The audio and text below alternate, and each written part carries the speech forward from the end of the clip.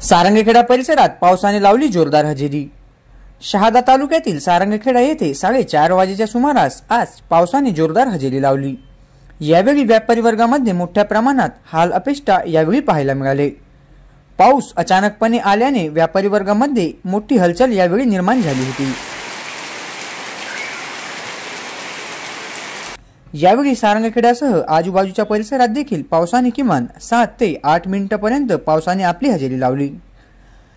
आमच्या महाराष्ट्र न्यूजसाठी कल्पेश भुई, सारंगखेडा। आपल्या परिसरातील संपूर्ण बातम्या आपल्या मोबाईलवरती पाहण्यासाठी आमच्या महाराष्ट्र या चॅनलला सबस्क्राइब करायला विसरू नका।